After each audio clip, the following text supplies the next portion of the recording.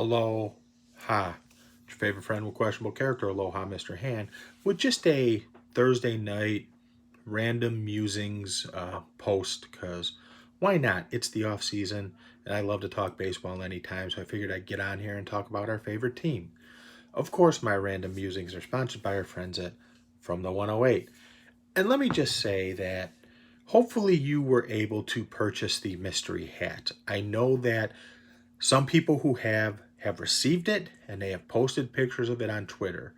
If you haven't seen it yet, I suggest you go look at it, because I would encourage you the next time they do something mystery related, whether it's a mystery shirt like this one or the mystery hat, which I did order but I haven't received yet. Get on it. Don't miss out on it. It's always quality stuff. They do a great job with this stuff. So jump on board with it, and part of the money does go to charity, so it's an absolute win-win. And also, this is brought to you by our friends at Jack Daniels. I'll be having some later. First, I gotta shout out someone. Aloha Porter. Hope all is going well, my man. Talk to you later.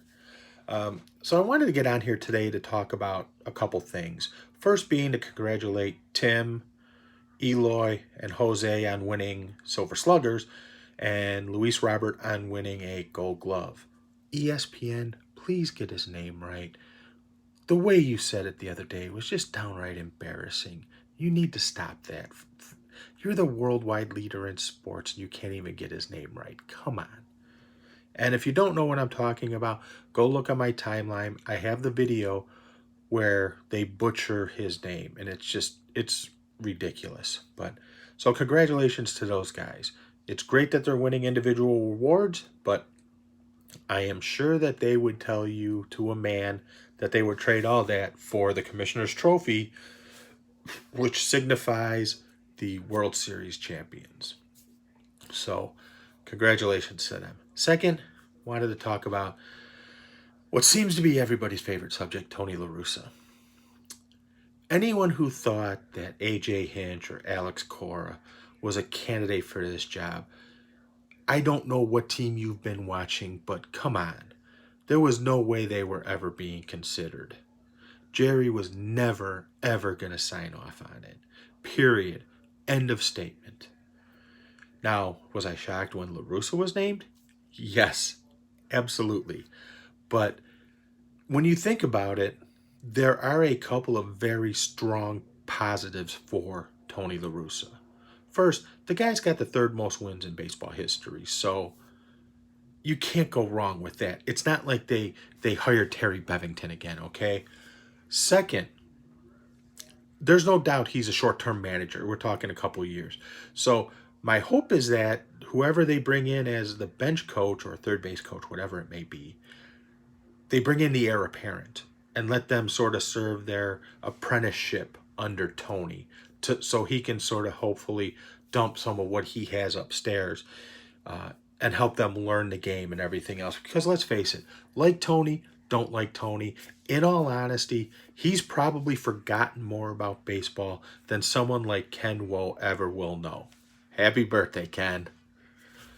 But so, you have to realize it's not like you're talking about Terry Bevington here. The guy's going to be, at the end of the 21 season, he should, of course it's based on number of games they played and everything else, but he has a very easy shot at being the second winningest manager in baseball history. Only Connie Mack has more. And frankly, I don't think Tony's going to pass Connie Mack, because he would still need like 1,000 victories. So I don't see that happening. But Tony will pass John McGraw for number 2 all time in managerial wins. Quite impressive. And this is the guy people don't want. Now, you could talk about he may not relate to today's players such as Tim or something like that. He managed Ricky Henderson and Dennis Eckersley, and Dave Henderson too. Now, as someone who saw those Oakland teams in the late 80s, early 90s, yes, I'm that old, saw them up close with the Bash Brothers and everything else. Tim Anderson looks like a choir boy compared to Ricky Henderson.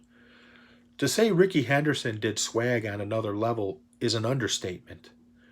The guy was, not only was he a hot dog, he was a Chicago style hot dog with all the ingredients on top of it. You know, he might have even had ketchup on there too. I don't know, but so Tony knows these type of players. It's not like he's a dinosaur who never worked with someone like this. Like I said, he's the guy who invented the modern bullpen. Like it or not, he's the one who did it with Dennis Eckersley. He's the guy who managed Ricky Henderson. Yes, you could also say he's the guy who managed the Bash brothers and their habits of enhancement, if you will. Not saying anything. But, the guy's not a dinosaur or, like I said, Terry Bevington either. And if you don't know who Terry Bevington is, go look him up. He had some classic moments about arguing a fair and foul ball and calling in a relief pitcher that wasn't warming up. Yes, that's part of Sox history too. So it's not like they hired a scrub, you know. And honestly, again, Hinch, Cora, no chance in hell. It was never going to happen. There was no way Jerry was signing off on it. Plain and simple. Rick may have wanted it, and you can argue that Jerry shouldn't interfere, but you know what my response to that is? Jerry owns the team. So no matter what Rick does, the final approval comes from Jerry. Like it, don't like it, doesn't matter. If you don't like it, go become a billionaire and buy your own team and let someone else run it and see how long that lasts before you decide you want to overrule him on certain things. Am I saying it's the best way to go? Absolutely not.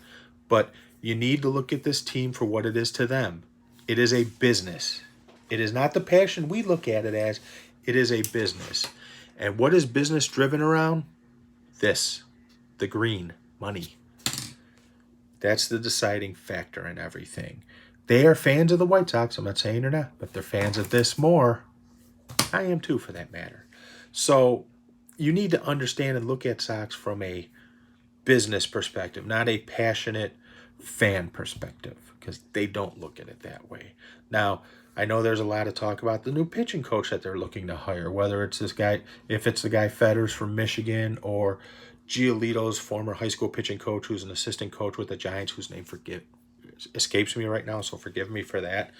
The only way I see one of those guys coming in, to be honest with you, with the way I've seen this franchise work for 40 years, is if they approached Zaleski and the other guy whose name also escapes me in the minors, and they both said no to coming up to the major league team. It's very possible because they might have families and have roots planted where they are, and they don't want to move and disrupt the family and all that. And you got to respect that. But I don't see anyone coming in from the outside unless those avenues have already been examined and exhausted, and they're not going that route. Also, I do believe that the White Sox will be spending in free agency. There's two interlinked reasons why I believe that. First, I don't think Jerry has his buddy Tony come in here to fail. Tony had to have some assurances of some kind because he has nothing to gain from this, only lose. He went out as a World Series champion. He can only go down from there. So I think that the understanding was that there would be heavy pursuit in free agency and, spending in free agency to get the pieces that are needed to field a championship caliber team. Frankly, I hope they get Trevor Bauer. I think it'd be awesome to have him and TA in a clubhouse together.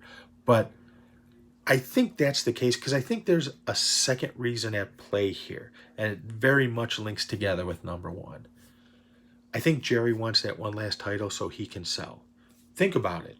If they can win another World Series, you have peak market value for this team in a sale. I mean, come on. What more would you want? So that's my thinking on what's going on here. Take it for what it's worth. I may be right. I may be crazy, to quote Billy Joel. I was going to sing the rest of the song, but I figured I better not. I might scare you away with my voice. So that's how I feel about that. But I will also add that I think Tony made a mistake in not reaching out to TA that we know of. And the reason I say this is because I guess Tim had a press conference a little while ago about winning the Silver Slugger, And he was asked if he had spoken to Tony yet, and the answer was no, he hadn't, and he was looking forward to it. And he was looking forward to working with him and learning from him, which I think is a great thing to hear, but it does trouble me that Tony has not reached out yet. Now, I think that there are certain players on the team, like your core players, who you should reach out to immediately. What was he announced on? A Thursday, I think it was, or a Friday. He should have done it that day, the next day. By no reason he shouldn't have went past that weekend without reaching out to these guys. I would say that's TA. I would say that's Abreu, and I would throw Giolito in there too. And I would just, how I would have approached it was I would have said, hey, I'm Tony. I'm the new manager. I just wanted to introduce myself, answer any questions you may have, and also solicit your feedback on some areas you think we need to improve on, we need to focus on, and get your general thoughts, ideas, concerns, blah, blah, blah. That's how I would have approached it. That's how I hope that it would be approached, but obviously it was not approached that way. And I think that is an error on Tony's part. There's no denying that. Now, when I say spend big in free agency, I mean go after a Bauer, a Springer, someone of that caliber, not Jose Quintana. Great guy. Jose Quintana is a great guy. Someone you like to go hang out with. If my niece brought him home, I'd be more than happy with him dating my niece. But I don't want him on the pitching mound. I think he's a loser. Now, I've already had people tell me, oh, his WAR was this and blah, blah, blah. Have you actually watched him pitch? I sat through many a game watching him pitch where he got the first 2 outs in an inning with 6 or 7 pitches. Boom, boom, no problem, done. Then the inning finally ended with him throwing about 26, 27 pitches, giving up a run or two because he would start the bullshit with the 0-2 walks. Basically it was he'd be up 0-2 on a batter. The next pitch guaranteed was in the dirt on the other side batter's box. He would nibble, and it was just infuriating to see. And it was constant. And it drove me bananas. So I would not approach someone like Jose Quintana. If you're going to do that, keep Ronaldo Lopez. Yes, you can say what you want about Ronaldo Lopez and the struggles he's had and how bad he's looked. No denying it. But he would be a cheaper alternative, and we know there's something there. How do we know it? We've seen it. Now, is he a change of scenery guy? Possibly. Is he a change of coach guy? Meaning maybe with a different pitching coach, whoever it turns out to be, and a different manager, he taps what's there. Very possible. I'm banking on that personally. And I think the price tag would be cheaper for him. And he does have an option left. So I think that's the way you should go, my personal opinion. But so I really want to see them go out there in free agency and get one of these big free agents. 2 would be better, but I like to see at least one. If I have my preferences, I would love to see Bauer. I would love to see Hendricks from Oakland. I don't see them going after Springer. Springer's primarily a center fielder. They already have that. I don't see them going after him as looking to pay him big money and asking him to move to right field. I think someone like a Jackie Bradley Jr. may be more realistic playing right field for the White Sox, because I think that would be a very cost efficient and smart move, because he's a Gold Glove outfielder. You can put him in right field because he has played some there.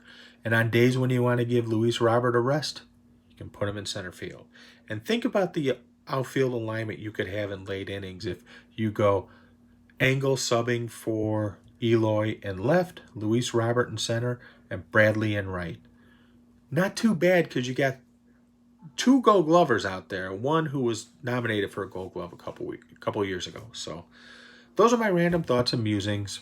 Feel free to comment with what you want. Just remember one thing when you comment. If you want to comment and say you think I'm crazy because I think the Sox should do this or do that, that's fine. I have no problem with it. But if you start commenting and saying other things about, assaulting people's character or anything like that, I will mute you and possibly block you. Don't want to, but There's a certain level I will take, and after that, you're gone. Don't believe me? Try me. Have a nice day, everybody. Talk to you later.